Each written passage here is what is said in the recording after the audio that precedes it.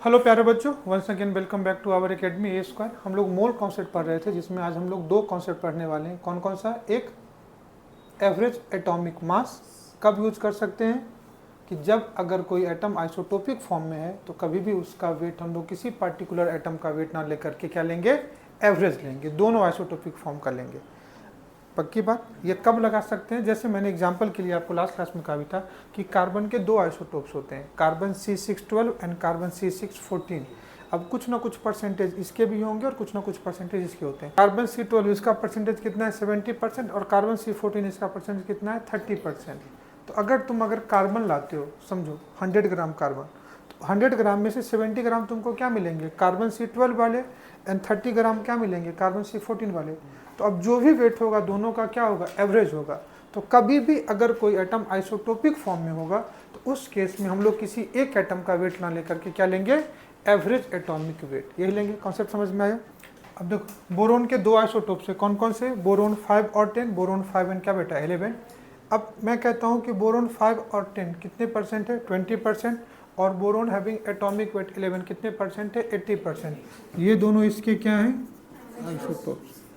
तो यही मैंने इसका डिफिनेशन भी दिया है, weighted average of atomic mass of element having natural occurring isotope, that average weight is called as average atomic weight. इसी को क्या बोलते हैं? Average atomic wait.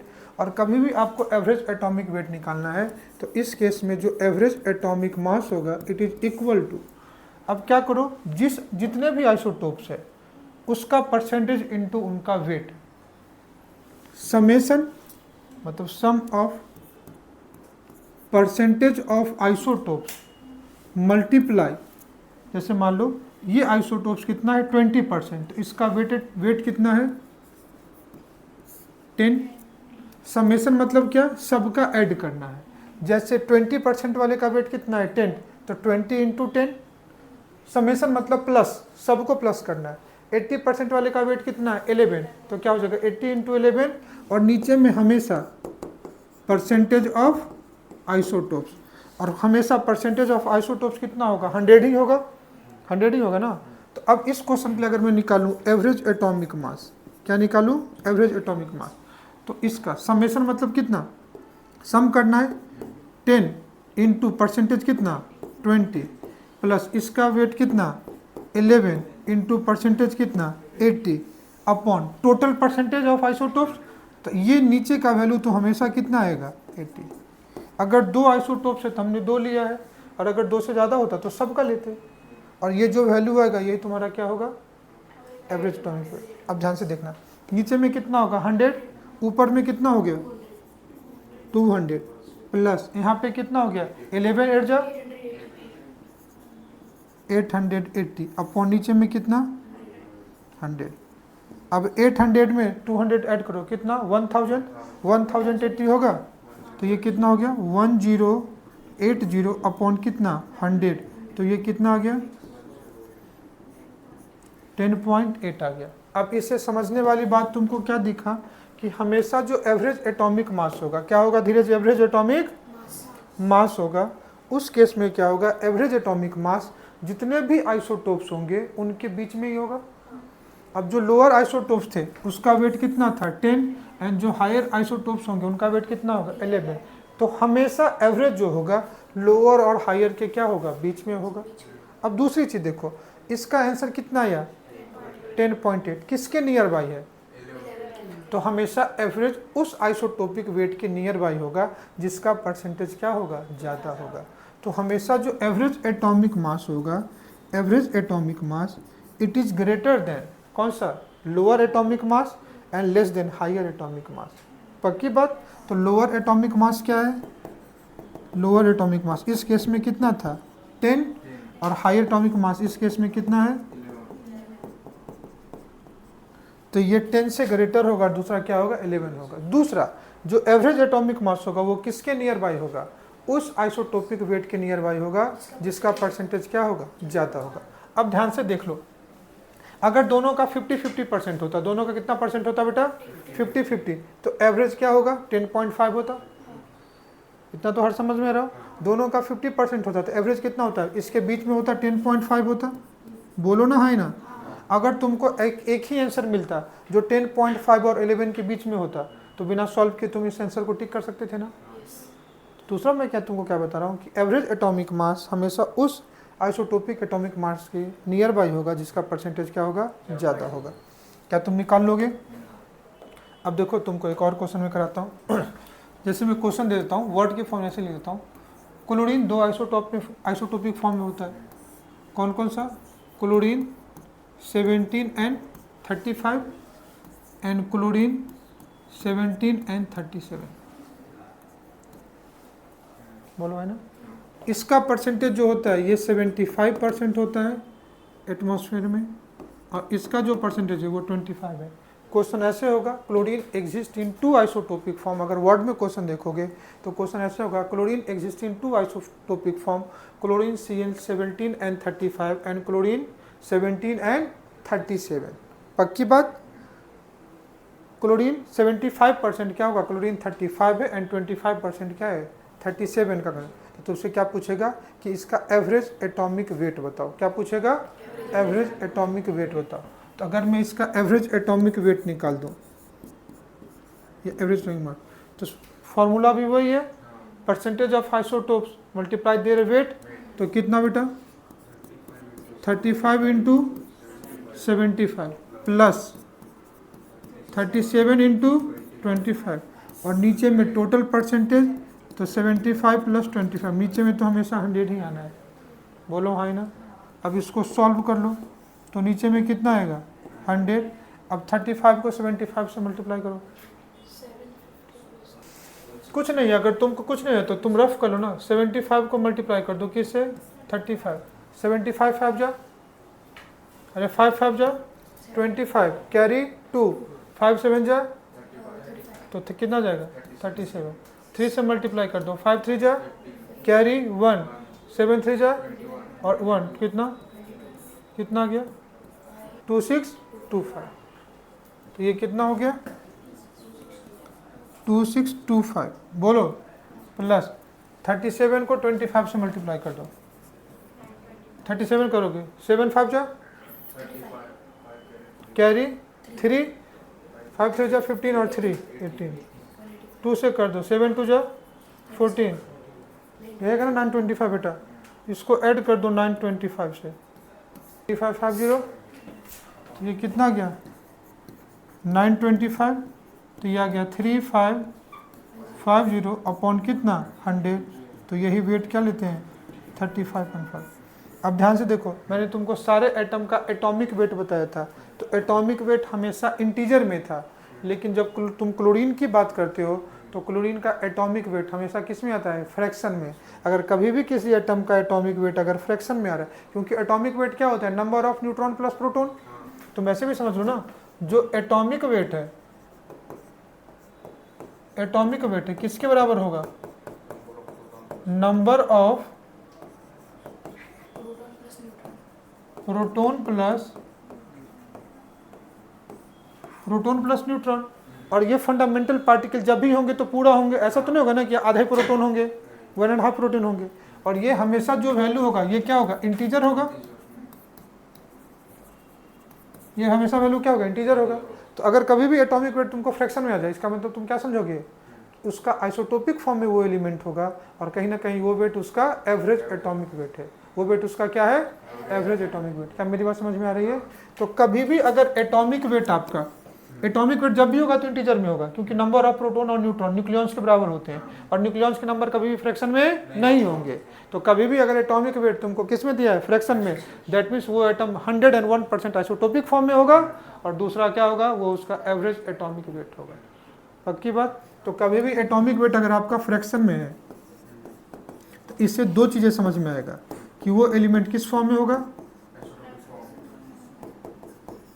Isotopic form में होगा, और दूसरा वो उसका क्या होगा, एवरेज एटॉमिक मास होगा। क्या मेरी बात समझ में आए? अब हम लोग सेम फंडा मॉलिक्यूल के लिए देखते हैं। किसके लिए, मॉलिक्यूल के लिए। और मॉलिक्यूल के केस में कब हो सकता है, जब कोई मिक्सचर ऑफ गैस हो, तो उस केस में जो वेट होगा वो एवरेज मॉलिक्यूलर वेट के बराबर होगा। बोलो हाँ ना। तो कभी भी दो चीज़ का मिक्सचर होगा तभी कॉन्सेप्ट किसका आएगा, एवरेज का आएगा। क्या बात करते हैं, एवरेज मॉलिक्यूलर मास। अब एवरेज मॉलिक्यूलर मास कब निकालेंगे? तो तुम कहोगे सर आपने ही कहा कभी भी एवरेज का कॉन्सेप्ट तभी यूज कर पाएंगे जब मोर देन वन सब्सटेंस होगा। जैसे एवरेज एटॉमिक मास भी हम लोग तब यूज कर पा रहे थे जब एक ही एटम अलग अलग एटॉमिक वेट में थे। बोलो हाँ या ना? इतनी बात समझ में आ रही है? दूसरा मैं तुमसे क्या कहना चाह रहा हूँ कि अगर एवरेज मोलर मास बात कर रहा हूँ तो एवरेज मोलर मास तब यूज करेंगे किसी मॉलिक्यूल के लिए कि जब उस मिक्सचर में एक से ज़्यादा मॉलिक्यूल होंगे। जैसे अगर मैं बात करता हूँ एटमॉस्फेरिक एयर की, तो इस एयर में तो सारे गैस हैं, मोस्टली 70% क्या है? नाइट्रोजन, एंड 30% में सारे गैस है। उस 30% में भी तुम देखोगे तो 28 पॉइंट समथिंग 29 के आसपास परसेंटेज ऑक्सीजन ही है, बाकी 1% के टर्म में बाकी गैस आते हैं। तो मेनली अगर तुम देखोगे एयर में सबसे ज़्यादा नाइट्रोजन एंड क्या है बेटा? ऑक्सीजन भी। इकोलॉजी में पढ़ा भी होगा तुम लोगों ने, जिसमें नाइट्रोजन 70% है एंड एयर कितना परसेंट है? ऑक्सीजन। अगर 30%, अगर प्योर नाइट्रोजन होता, मान लो अगर सिर्फ प्योर नाइट्रोजन होता तो उस केस में वेट कितना लेते? 28 ग्राम एक मोल ऑफ गैस के लिए। अगर प्योर ऑक्सीजन है तो वेट कितना लेते? 32 ग्राम। तो जब एयर है तो एयर तो दोनों का मिक्सचर हो गया ना जी, एयर तो दोनों का मिक्सचर हो गया ना। तो इस केस में क्या वेट 28 ले सकते हैं क्या? नहीं। क्या वेट 32 ले सकते हैं क्या? नहीं। तो जो भी वेट होगा ये एयर और ऑक्सीजन का क्या होगा? एवरेज ही होगा। तो कभी भी इस एयर का अगर मैं वेट की बात करूं, किसकी बात करूं? वेट, तो ये वेट 28 से तो ज़्यादा होगा अगर 1 मोल ऑफ एयर ले लूँ तो, और ये वेट किससे कम होगा? 32 से तो क्या होगा? कम ही होगा। तो ये मैंने लिखा भी है कि मास of 1 mole of a mixture containing more than 1 substance, अगर किसी सब्सटेंस का 1 मोल लेते हो किसी भी सैंपल का और उसमें एक से ज़्यादा गैस है या एक से ज़्यादा सब्सटेंस है, उस केस में जो वेट होगा वो सब जितने भी सब्सटेंस उस मोल ऑफ सैंपल में सबका क्या होगा? एवरेज होगा। Mass of 1 mole of a mixture containing more than 1 substance is known as average atomic mass. ये किसके लिए होगा? अप्लीकेबल फॉर मिक्सचर के लिए, मतलब एक से ज़्यादा होगा तभी क्या होगा? मिक्सचर बोलेंगे। अब तुम कहोगे मिक्सचर किसको बोलते हैं? तो जिसका कॉम्पोजिशन फिक्स नहीं हो उसको क्या बोलेंगे? मिक्सचर बोलते हैं। अब हमने फॉर एग्जांपल एयर ले लिया। अब एयर में मेनली 2 गैस होते हैं, कौन कौन से? Nitrogen and oxygen. तो नाइट्रोजन का भी कुछ परसेंटेज होगा। अगर प्योर नाइट्रोजन होता तो वेट 28 ग्राम लेते, प्योर ऑक्सीजन होता तो वेट कितना लेंगे? 32 ग्राम। लेकिन एयर का वेट हमेशा इन दोनों का क्या होगा?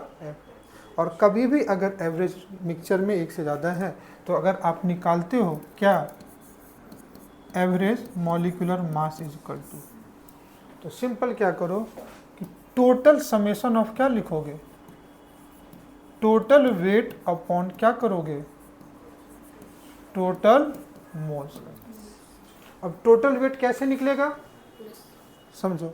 तो वेट कैसे निकालते हैं? Mole into molecular weight. अरे किसी भी चीज़ का आपको याद होगा, mole is equal to weight upon क्या बेटा? तो वेट इज इक्वल टू क्या होगा? मोल्स इनटू, तो मोल्स को मैं क्या ले लेता हूं? n, और वेट को क्या ले लेता हूं? w। बोलो है ना? या मॉलिक्यूलर वेट को मैंने w ना लेकर के मैं m ले लेता हूं।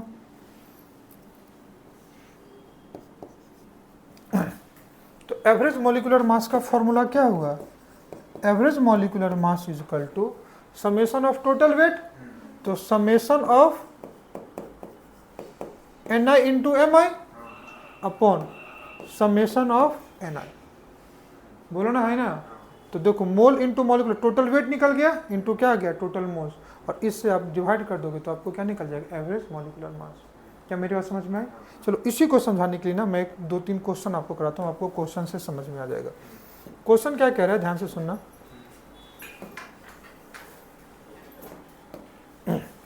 पहला कह रहा है calculate average molecular mass of a sample. इसमें पहला क्या दिया? Equal mole of H2 and CH4। दोनों का मोल क्या है? इक्वल। तब इक्वल मोल दोनों का अगर तुमको लेना है तो तुम इसका भी मोल x ले सकते हो और इसका भी मोल x ले सकते हो। क्या गलत कह रहा हूँ क्या? ले सकते हो ना? तो एवरेज मॉलिकुलर मास का फॉर्मूला क्या होगा, AMM is equal to summation of Ni into Mi mole in weight upon summation of Ni total mole. तो अगर x हम क्यों ले लें, हम 1 भी ले लेते हैं, इसको भी 1 ले लूँ, इसको भी 1 ले लूँ। क्या कुछ गलत कह रहा हूँ क्या? अगर मोल 1 लेंगे तो एक चीज़ तो है कि कैलकुलेशन आसान जाएगा। क्या कुछ गलत कह रहा हूँ? तो अब क्या हो जाएगा समेशन में, इसका मोल कितना 1 इंटू मॉलिकुलर वेट कितना 2, समेशन है तो क्या करेंगे प्लस इसका वेट कितना, वेट कार्बन का 12 और हाइड्रोजन का कितना 1 के 4 एटम है तो 4 + 12 कितना 16, तो 1 इंटू क्या बेटा 16, दोनों के मोल 1 थे, नीचे में टोटल मोल कितने हो गए 1 और 1, बोलो ना हाँ ना 2, तो कितना हो गया 12 + 2 18/2 कितना 9। तो अगर आप equal mole of hydrogen and methane लेते हो तो उसका सैंपल का मॉलिक्यूलर एवरेज मॉलिक्यूलर वेट कितना होगा 9 ग्राम। क्या मेरी बात समझ में है?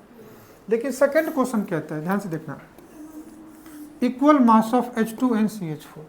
क्या कहते हैं, इक्वल मास ऑफ H2NCH4। अब देखो इस फॉर्मूले में तुमको क्या लगेगा, मोल लगेगा, मोल इंटू मॉलिक्यूलर वेट। अब इक्वल वेट लेना है तो तुम वेट कितना ले सकते हो, x या x ले सकते हो, जनरली हम लोग ये लेते हैं ना। ध्यान से देखना, अब तू क्वेश्चन पे लगा दो एवरेज मॉलिक्यूलर मास लगा दो, इसका मोल इंटू इसका मॉलिक्यूलर वेट, तो मोल कैसे निकालोगे, ध्यान से देखो मोल कैसे निकालोगे, वेट अपॉन मॉलिक्यूलर वेट, तो कितना जाएगा x/2, ये वेट आ गया इंटू मॉलिक्यूलर वेट, यही आएगा ना x/2, ये मोल आ गया इंटू ये था ना Ni इंटू में मॉलिक्यूलर वेट कितना है 2 प्लस इसका वेट देखो x/16, ये मोल इंटू मॉलिक्यूलर वेट 16। पक्की बात, ऊपर में तो वेट आ गया, नीचे में टोटल मोल करना है, तो इसका मोल कितना x/2 और x/16। क्या मेरी बात समझ में आई, बोलो ना हाँ ना। अब देखो ये कैलकुलेशन थोड़ा सा डिफिकल्ट जाएगा, x/2 x/16। तो मेरा ये कहना है कि कभी भी क्वेश्चन तुमको अगर इक्वल मोल का आ जाए, इक्वल मास का आ जाए, तो वेट एज्यूम ही करना है ना, तो वेट किसी एक के मॉलिक्यूलर वेट के बराबर ले लो। क्यों, नीचे में उसका मोल तो 1 आएगा, कैलकुलेशन आसान हो जाएगा। क्या मैं गलत कह रहा हूं क्या? अगर कभी भी तुमको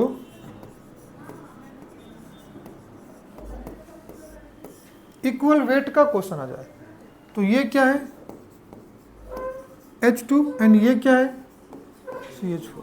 अगर इक्वल वेट एज्यूम करना है तो मैं क्या करता हूँ, इसका भी वेट 16 ले लेता हूँ और इसका भी वेट क्या ले लेता हूँ क्या कुछ गलत कह रहा हूँ? अगर वेट दोनों का 16 ले लेता हूँ तो इसका मोल कितना आ गया, ये क्या ले लिया हमने वेट, तो इसका मोल कितना आया 2 और इसका वेट कितना आ जाएगा 16/16, ये कितना 1 आएगा और ये कितना आएगा 8। क्या कुछ गलत कह रहा हूँ? तो अब तुम निकाल लो एवरेज मॉलिक्यूलर मास।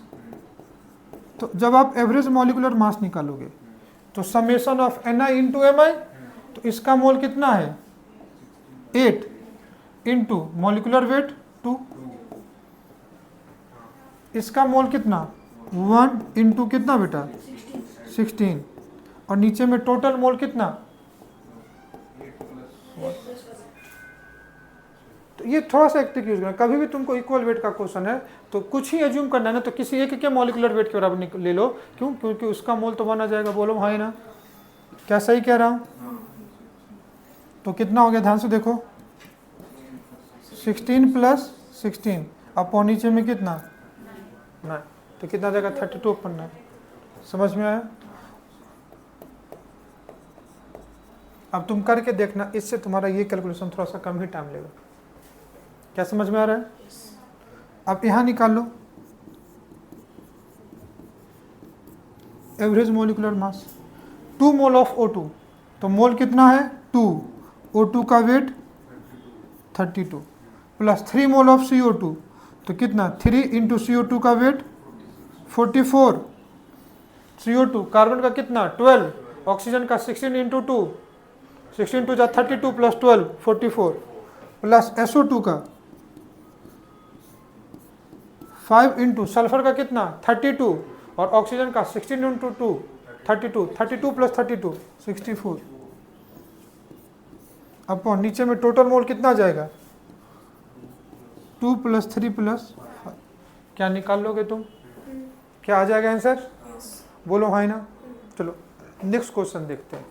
चलो ये क्वेश्चन देखते हैं। क्वेश्चन कह रहा है average atomic mass of a substance having 2 isotopes. कोई एक सब्सटेंस है जिसके 2 आइसोटोप्स होंगे, यही ना। पहले क्वेश्चन समझते हैं। को आइसोटोप्स क्या ले लेता हूँ 1 और इसको आइसोटोप्स क्या ले लेता हूँ 2। Average atomic mass of a substance having 2 isotopes of atomic मास, एक का एटॉमिक मास कितना दिया हुआ है 470 AMU एंड दूसरे का, एक का 470 AMU दिया है, दूसरे का कितना दिया हुआ है 600 AMU। इसमें कोई दिक्कत नहीं।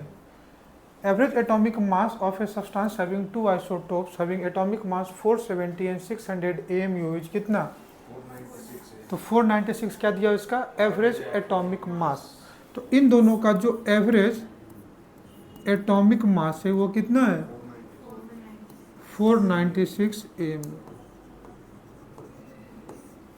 और दोनों आइसोटोप्स का वेट दिया हुआ है, बोलो है ना।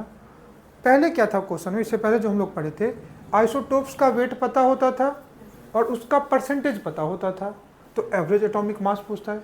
यही हो सकता है ना कि आइसोटोप्स का वेट दिया है, परसेंटेज दिया है, तो एवरेज एटॉमिक मास पूछ रहा है। इस क्वेश्चन में दोनों आइसोटोप का वेट पता है, एवरेज एटॉमिक मास दे रहा है, तो कह रहा है calculate percentage of both isotopes, बोलो यही ना। तो तुम क्या करोगे, इस आइसोटोप्स के परसेंटेज को अगर आप x लेते हो, बोलो है ना, तो दोनों मिलकर के तो 100 ही होना है। तो अगर आप इसको y लोगे तो फिर 2 अननोन हो जाएगा, 2 अननोन के लिए 2 इक्वेशन बनेगा। तो इसका कितना होगा परसेंटेज 100 माइनस क्या बेटा x, ये हमने एज्यूम कर लिया। Assume percentage of isotopes 1 is x, तो दूसरे का 100 माइनस x, क्योंकि मिलके तो 100 ही होना है। तो अगर मैं इसका निकालूं एवरेज एटॉमिक मास निकालूं, एवरेज एटॉमिक क्या निकालूं मास निकालूं, फॉर्मूला क्या था समेशन ऑफ, नहीं वो एवरेज मॉलिक्यूलर मास था, परसेंटेज ऑफ आइसोटोप्स इनटू क्या है उसका एटॉमिक मास, बोलो ना हाँ ना, क्या कुछ गलत कह रहा हूँ क्या, नहीं। अपॉन नीचे में समेशन परसेंटेज ऑफ आइसोटोप्स, तो क्या निकालोगे तो क्या हो जाएगा, ध्यान से देखो 470 इंटू क्या x प्लस 600 इंटू क्या बेटा 100 माइनस x, तो इसको ब्रैकेट चेंज कर लो, कर ली ब्रैकेट, अपॉन नीचे में कितना जाएगा x प्लस 100 माइनस x, तो x रहेगा। अब जो x की वैल्यू होगी ये इसका परसेंटेज होगा और दूसरा निकाल लोगे। क्या कुछ गलत कह रहा हूँ क्या, नहीं। अब इसी टाइप से निकाल सकते ना, जो हम लोग का नेचुरल फार्मूला था उसी फार्मूले से निकाल सकते ना। लेकिन अब मैं तुमको क्या कहता हूँ कि कभी भी तुमको अगर इस टाइप का प्रॉब्लम मिल जाए तो इस कैलकुलेशन में तुमको आराम से सॉल्व करने में कुछ समय तो जाएगा। अगर आ जाओ इसको अपन एक ट्रिक से देखते हैं। ट्रिक क्या कहता है कि कभी भी तुमको अगर जिस आइसोटोप्स का परसेंटेज निकालना हो, समझो तुमको परसेंटेज ऑफ आइसोटोप्स 1 निकालना है, ध्यान से देखना। तो अगर तुमको परसेंटेज ऑफ आइसोटोप्स 1 निकालना है, पक्की बात, तो तुम क्या करो एवरेज एटॉमिक मास में से अगर मान लो कि I1 का निकालना है तो I2 के वेट को माइनस करो, जिसका परसेंटेज निकालना है उसके अपोजिट वाले को वेट को माइनस कर दो। माइनस किसका एटॉमिक वेट ऑफ कौन सा आइसोटोप्स I2, मैं मॉड लगा देता हूं, वेट कम ज्यादा हो उससे कोई फर्क नहीं पड़ता है। जैसे मान लो एवरेज एटॉमिक मास वेट कितना है 496, उसमें से 600 को माइनस करोगे तो माइनस आ जाएगा ना, इसलिए मैंने मॉड लगा दिया। तो जिसका परसेंटेज निकालना है एवरेज में से उसके अपोजिट वाले को माइनस करो, बोलो हाई ना। नीचे में दोनों का वेट डिफरेंस, मतलब atomic weight of isotopes 1 minus atomic weight of isotopes कितना 2 मल्टीप्लाई बाय 100। इस ट्रिक से सॉल्व तुम्हारा निकल जाएगा, बोलो भाई ना। जैसे अगर इसी वैल्यू को पुट करता हूं मैं, तो अगर मैं परसेंटेज ऑफ I1 निकालता हूँ, आइसोटोप्स 1, क्या निकाल दूँ? तो एवरेज एटॉमिक मास कितना है? 496 माइनस कितना बेटा? 600। नीचे में दोनों का वेट डिफरेंस कितना? 470 माइनस मल्टीप्लाई बाय 100। तुमको तो सिर्फ डिफरेंस लेना है ना, तो डिफरेंस 600 माइनस 496 कितना आएगा? देखो ना, इसको 500 कर लो तो कितना जाएगा? 104। नीचे में डिफरेंस 470 माइनस 600 130 मल्टीप्लाई बाय 100। बोलो ना, हाई ना? तो सीधा सीधा ये कितना परसेंट आ गया? 80%। तो अगर इसका परसेंटेज 80% है बेटा, तो इसका कितना हो जाएगा? समझा? तो कभी भी एवरेज एटॉमिक मास में अगर आपको इस टाइप से क्वेश्चन आ जाए तो अब क्या करना, ये तुमको आगे भी सॉल्यूशन में भी काम देगा, वेपर डेंसिटी वेपर प्रेशर निकालने में कई जगह। कभी भी एवरेज के फंडा में तुमको ये ट्रिक हमेशा लगेगा। एवरेज का फॉर्मूला कॉन्सेप्ट हो, कभी भी एक का तुमको परसेंटेज निकालना है तो एवरेज में से दूसरे के वेट को माइनस करो, नीचे में वेट डिफरेंस मल्टीप्लाई बाय 100। हमेशा इस ट्रिक से तुमको क्वेश्चन सॉल्व होगा। बोलो हाँ ना? पक्की बात? नेक्स्ट क्वेश्चन देख लें। नेक्स्ट क्वेश्चन क्या कह रहा है, ध्यान से देखना। कह रहा है average molar mass of ozonide oxygen. क्या कह रहा है? Average molar mass of ozonide oxygen is 36। Ozonide oxygen मतलब क्या? इसका मतलब हुआ मिक्सचर ऑफ क्या बेटा?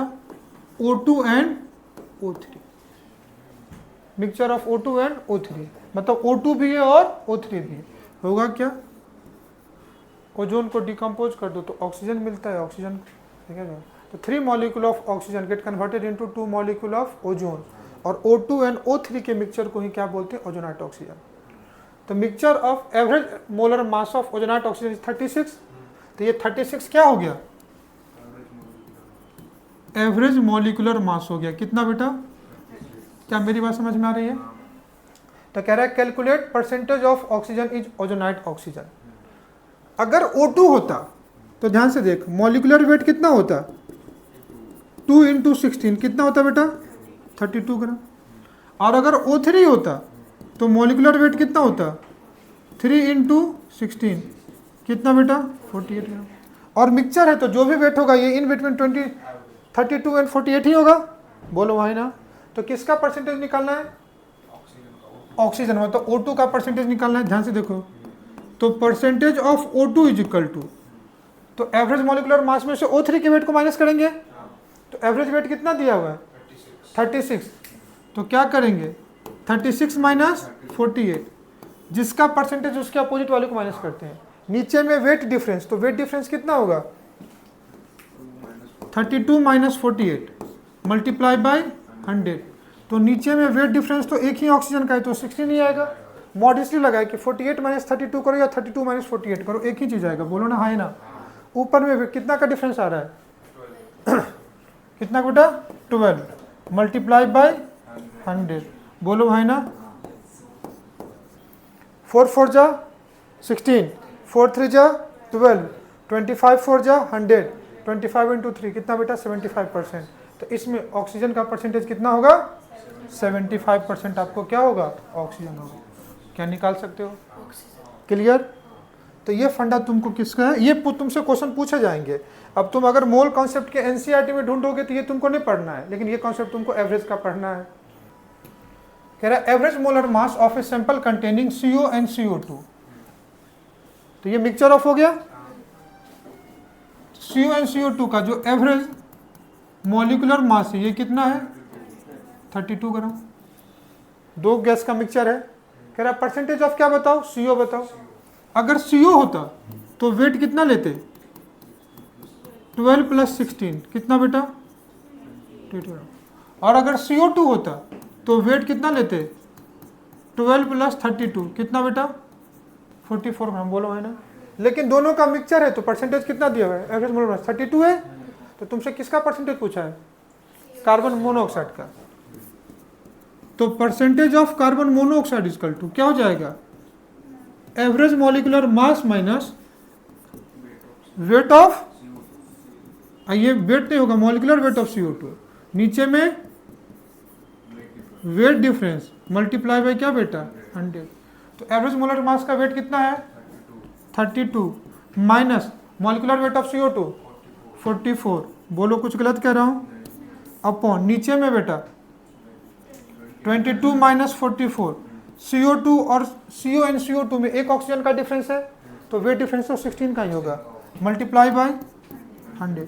44 में से 32 माइनस करो 12, तो अगेन ये कितना आ गया 12/16 इंटू कितना, क्या कुछ गलत कह रहा। तो कभी भी अगर मिक्सचर ऑफ सैंपल आ जाता है, मिक्सचर ऑफ एटम आ जाए, mixture of atom isotopic form हो सकता है, और मिक्सचर ऑफ सैंपल मतलब मिक्सचर ऑफ गैस के फॉर्म में हो सकता है। तो उन दोनों के केस में हम लोग कौन सा वेट लेंगे, एवरेज लेंगे। एटम के केस में average atomic weight and molecule के केस में एवरेज मॉलिक्यूलर मास या एवरेज मॉलिक्यूलर वेट लेंगे। क्लियर है। अब जब आप according to 11th NCERT text book आप देखते हो कि आपको स्टार्टिंग में आता है कुछ केमिकल कॉम्बिनेशन के law of chemical combination. Total 5 type के लॉ है जिसको हम लोग अगले क्लास में हम लोग पढ़ेंगे, लॉ ऑफ केमिकल कॉम्बिनेशन।